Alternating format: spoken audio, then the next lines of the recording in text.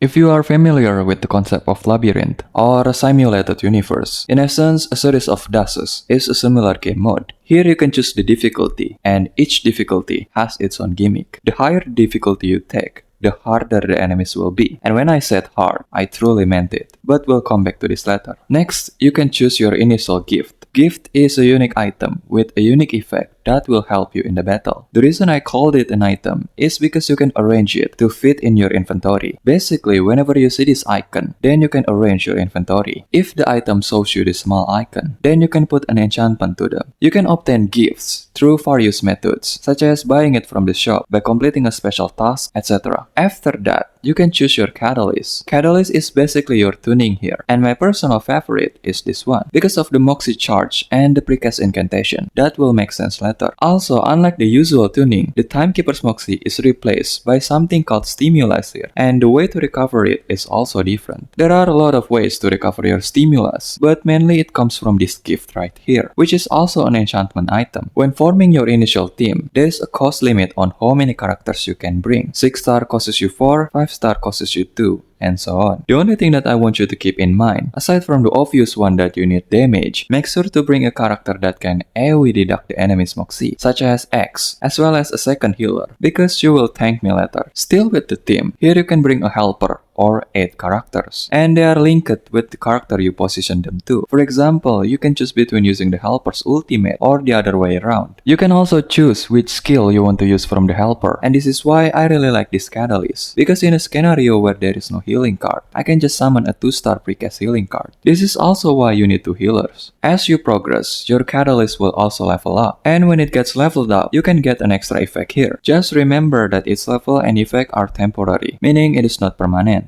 Those are pretty much everything about this new game mode. The higher difficulty you take, the more points you get. And this point can be used to exchange the rewards here. Now, despite everything, what can you do if the enemies are still too hard for you? Well, you can slowly upgrade your branching paths. Upgrading this will give you some stats boosts, as well as other unique effects that hopefully will help you progress better.